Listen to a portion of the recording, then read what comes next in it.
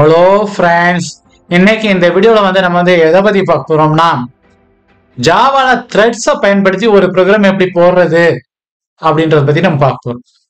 அதுக்காக நான் என்ன பண்ணுறேன்னா, ஆல்ரெடி போட்டு வச்சிருக்க ப்ரோக்ராமை தான் நான் எடுத்து ரன் பண்ண போகிறேன். ஸோ அந்த ப்ரோக்ராமை ஆல்ரெடி நான் ஓப்பன் பண்ணிக்கிறேன். அந்த முதல்ல ஓப்பன் பண்ணி வச்சுட்டு அதுக்கப்புறம் அதை முதல்ல எக்ஸ்பிளைன் பண்ணுறேன். எக்ஸ்பிளைன் பண்ணதுக்கப்புறம் நெக்ஸ்ட் நம்ம என்ன பண்ணுவோம், அந்த ப்ரோக்ராம் எக்ஸிக்யூட் பண்ணுறதை பற்றி நம்ம பார்ப்போம். முதல்ல பப்ளிக் கிளாஸ் நேம். கிளாஸ் நேம்ன்றது த்ரெட்ன்றதுக்காக நான் டீம் யூஸ் பண்ணியிருக்கேன். எக்ஸ்டென்ஸ்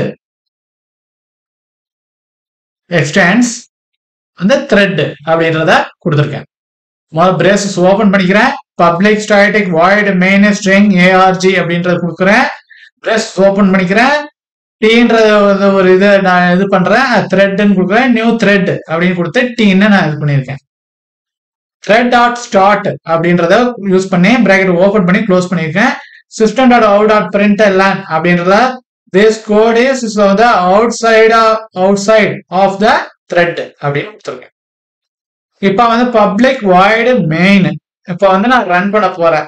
ஸோ அதனால ரன் அப்படின்னு சொல்லிட்டு ஒரு மெத்தட் இது பண்ணிக்கிட்டு அதுல நான் என்ன பண்றேன், பிரேசஸ் ஓபன் பண்ணி க்ளோஸ் பண்ணிட்டு system.out.println this code is running in thread அப்படின்னு கொடுத்துருக்கேன்.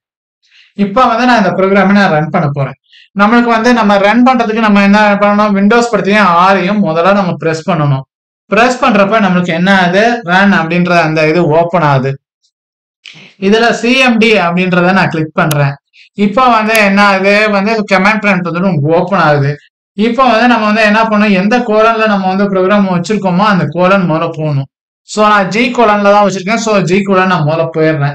இதுல நான் என்ன பண்றேன், இப்போ ஜாவான்ற ஒரு ஃபோல்டர்ல தான் நான் வச்சிருக்கேன். ஸோ அதனால என்ன பண்றேன், இப்போ சிடினா என்னது, சேஞ்ச் டைரக்டரி அப்படின்னு நமக்கு தெரியும். ஸோ அப்ப சிடி ஸ்பேஸ்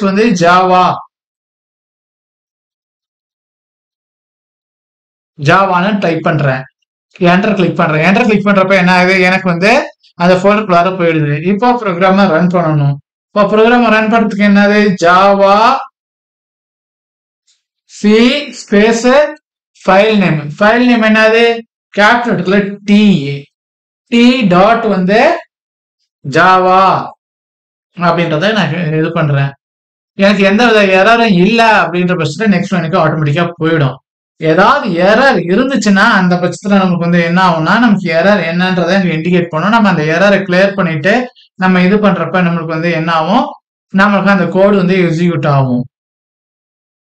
இப்ப நமக்கு நம்ம அந்த ப்ரோக்ராம் த்ரெட்டுக்கு முன்னால இது இருந்துச்சு, த்ரெட்டுக்கு பின்னால என்ன இது வருது, அவுட்புட் வருது அப்படின்றத நம்ம இதுல தெளிவா நான் பார்த்துக்கிட்டோம்.